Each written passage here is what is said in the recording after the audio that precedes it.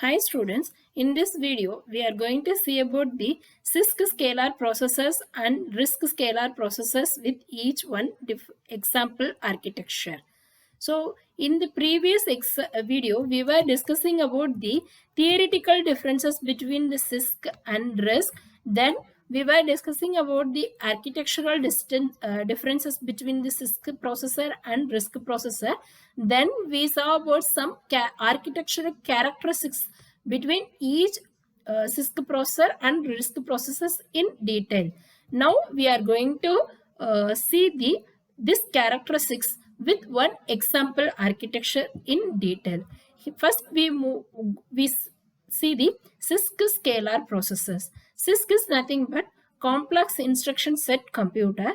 Here the complex instruction set computer CISC executes the scalar processor with scalar data.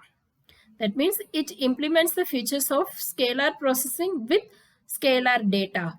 But previous on the time of releasing CISC processor, it only uses the integer unit for executing the floating point value and integer units. But nowadays modern scalar processors uses both integer unit and floating point unit in its architecture layout.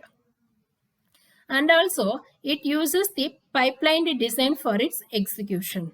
So these are the features of CISC scalar processor. Now we are going to see this CISC scalar processor with one detailed example, that is called as VAX 8660 processor architecture. So here VAX 86000 processor is one of the company which introduces the CISC architecture with microprogrammed control unit.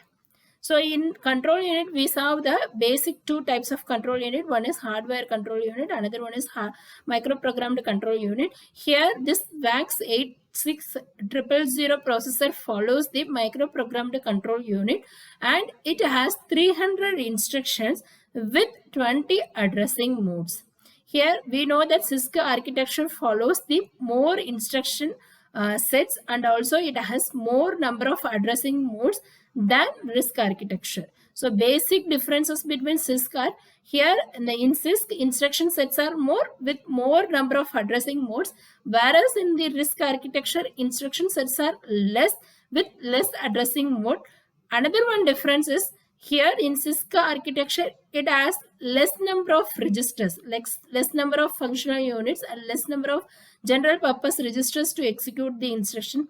But whereas in RISC architecture, it has more and more number of GPRs to execute the instructions. So this is the basic two differences between the CISC processor and RISC processor. The same thing is we are going to see here with VAX 86000 processor architecture also.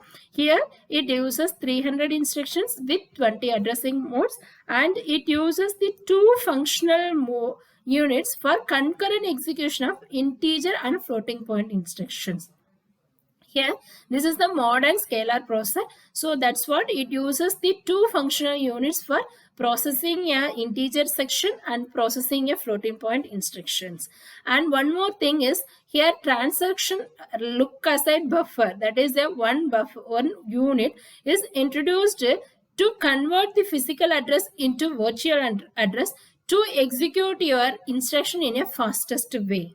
So this is the faster generation of physical address from the virtual address. So this is also introduced in the VAX 86000 processor architecture. Let us see the architectural diagram of this VAX 86000 processor architecture. So this is the diagram for this architecture. It starts with the console application. Here you have a separate bus systems for connecting the each functional units. Here we have the it has console bus, operand bus, it has console bus, memory bus, operand bus, write bus, like that. It has a separate digital bus systems for connecting your different functional unit.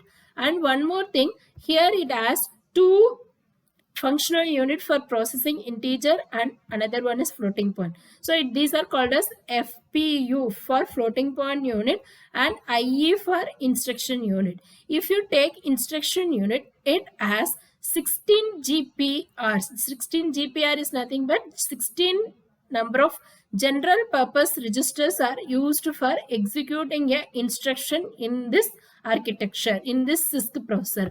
Similarly, you have a floating point unit. It also has some set of general purpose register for executing the floating point operations, and you have a operand bus in between this instruction unit and floating point unit to connect these two functional points. And you have a one console bus. It connects the memory and IO control, that is TLB, with execution unit, and also from TLB to main memory another one bus is introduced, that is called as memory bus. So what is the use of TLB here means this is translational look aside buffer.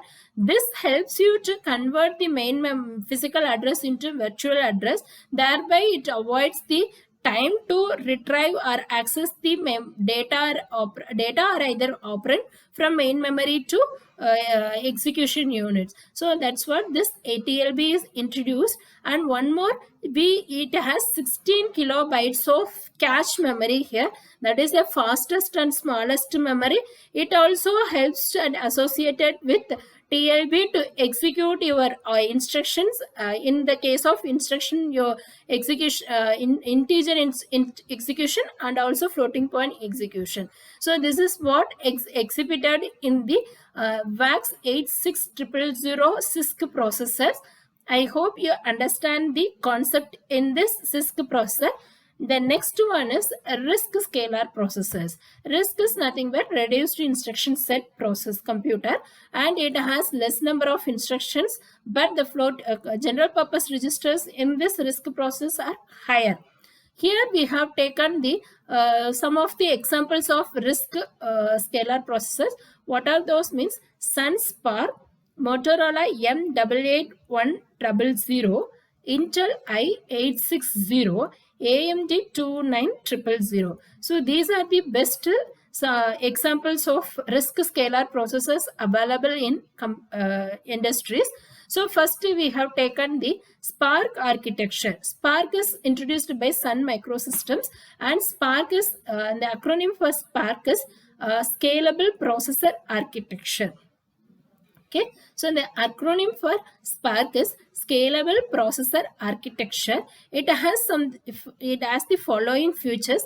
Here in Spark architecture, it has 2 to 32 registers in integer unit, and among the 32 registers, the 8 registers are considered as global register, and the remaining 24 registers are considered as Windows register. So this we'll see in the next topic. So before that, this Spark architecture is released in some of the versions. We are going to see about the one of the versions of Spark architecture, that is called as Cypress CY7C601. So in the Cypress CY7C601 Spark processor is one of the version of Spark architecture. So we are seeing the architecture layout of this version. Here it has register files. It is having 32-bit registers from source 1 to source 2. This source 1 is nothing but arithmetic logical unit. It is connected here. Source 2 is shifty unit, and program counter is also associated with the instruction decode. This is not an exact layout of the architecture. It is a diagram which depicts the functional unit in this CY7C60 Spark processor. It depicts the functional unit. It is not an entire layout of this processor.